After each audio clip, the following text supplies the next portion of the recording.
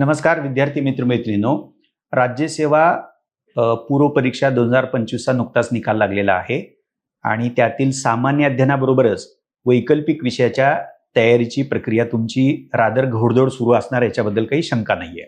आणि त्या संदर्भातच म्हणजे वैकल्पिक विषयाच्या संदर्भात विशेषतः राज्यशास्त्र आणि आंतरराष्ट्रीय संबंध या विषयाच्या बाबतीमध्ये तुम्ही जो काही आतापर्यंत अभ्यास केलेला आहे तर त्यावर 500 गुणांसाठी तुम्हाला 2 पेपरच्या माध्यमातून राज्यशास्त्रावरती प्रश्न लिहायचे आहेत. सो केलेला अभ्यास विचारलेल्या प्रश्नाला अनुषंगून उत्तराच्या रूपामध्ये कसा मांडायचा हे एक ऑलवेज चॅलेंज राहिलेलं आहे. मुळात राज्यशास्त्राचा अभ्यासक्रम काहीसा व्यापक आहे. त्याच्यामध्ये तुम्हाला संकल्पना, विचारवंत, सिद्धांत याचा एका बाजूला अभ्यास करावा लागतो, पण दुसऱ्या बाजूला विशेषतः भारतीय शासन राजकारण आणि पेपर सेकंड म्हणून जो ओळखला जातो तो आंतरराष्ट्रीय संबंधाचा, ज्याच्यामध्ये भारताचं परराष्ट्र धोरण हा देखील एक महत्वाचा विभाग आहे. तर या भारतीय शासन राजकारण आणि आंतरराष्ट्रीय संबंधातल्या परराष्ट्र धोरण या सिलेबसचं वैशिष्ट्य, अभ्यासक्रमाचं वैशिष्ट्य असं आहे की त्या बाबतीमध्ये सातत्यानं घडामोडी घडतात, म्हणजे चालू आणि समकालीन घडामोडी. तर त्याचा एका बाजूला तुम्हाला अभ्यासही करायचा असतो आणि त्यावर विचारलेल्या प्रश्नांची उत्तरं पण लिहायची असतात.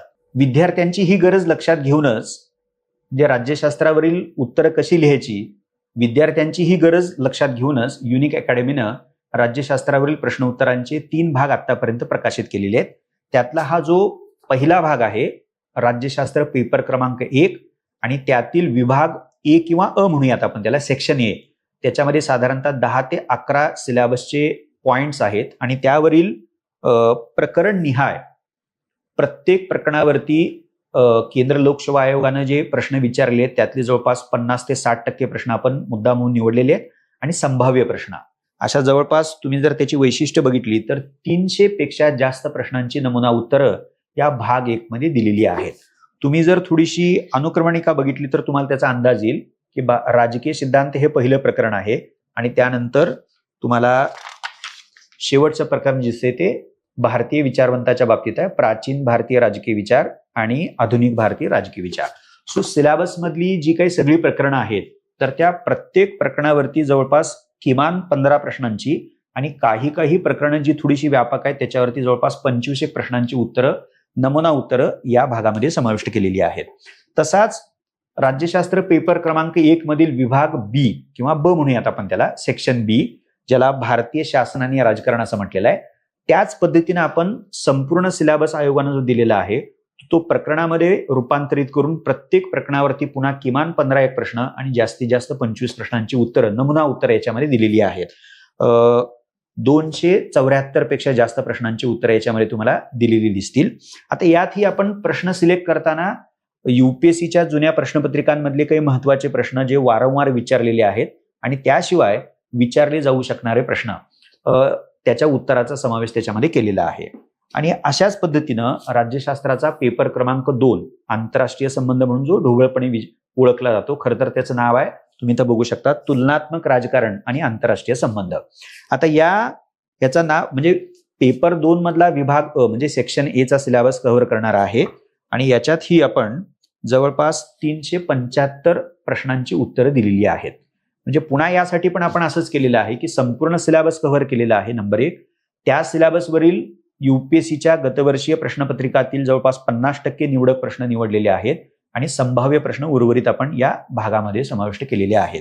सो हे 3ही भाग म्हणजे त्याच्यामधल्या उत्तरांची संख्या जरी जास्त असली तर तुम्हाला प्रकरण वाईज म्हणजे सिलेबस मधल्या प्रत्येक प्रकरणावरती प्रश्नांची उत्तरं त्याच्यामध्ये समाविष्ट केलेली आहेत. त्यामुळं सगळ्या प्रश्नांची उत्तरं आत्ता न बघता त्यातले जे महत्वाचे प्रश्न आहेत तर त्या प्रश्नांची उत्तरं तुम्ही बघू शकता. आता याखेरीज मला 3-4 महत्वाची वैशिष्ट्ये या नमुना उत्तरांच्या भागाबद्दल तुमच्याशी शेअर करायची आहेत.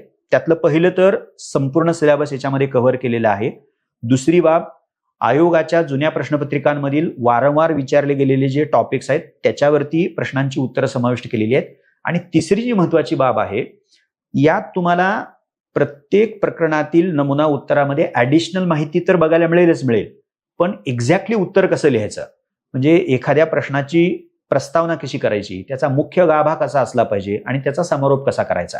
म्हणजे आता राज्यशास्त्र म्हणलं तर तुम्हाला अनेक संकल्पना, सिद्धांत, विचारवंत, म्हणजे आता प्लेटोचा न्याय सिद्धांत उदाहरणच घेतलं तर प्लेटोच्या न्याय सिद्धांतामध्ये 10 गुणांसाठी काय उत्तर लिहायचं आणि 20 गुणांसाठी काय उत्तर लिहायचं, किंवा त्या प्लेटोच्या न्याय सिद्धांताविषयी काहीतरी कमेंट केलेली आहे, त्याच्यावरती भाष्य केलेलं आहे आणि त्या भाष्याविषयीच तुम्हाला काहीतरी प्रश्न विचारलेला आहे किंवा तुलना केलेली आहे.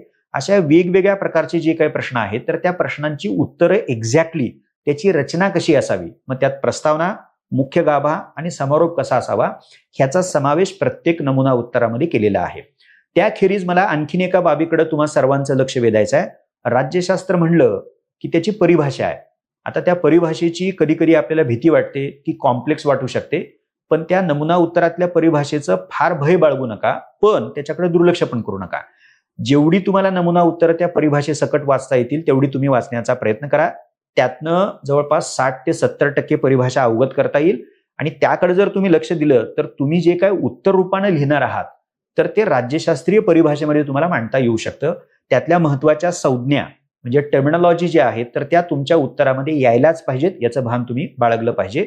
सो हा एक महत्वाचा भाग होता. त्याखेरीज आणखीन 2 वैशिष्ट्ये मला या नमुना उत्तराच्या पुस्तकाची सांगायची आहेत. ती म्हणजे तुम्हाला प्रश्नामध्ये संकल्पना विचारलेली आहे, सिद्धांत विचारलेला आहे, ते तुम्ही अभ्यासक्रमामध्ये वाचलेलं असतं, पण ती संकल्पना सिद्धांत आजच्या वास्तवाला पण तुम्हाला जोडून दाखवता यायला पाहिजे, जेणेकरून परीक्षक जेव्हा तुमचं ते स्पष्टीकरण वाचेल तेव्हा त्या परीक्षकाला हे पूर्णतः कळेल की तुम्हाला ती संकल्पना किंवा सिद्धांत किंवा विचारवंत पूर्णत्वानं कळलेला आहे.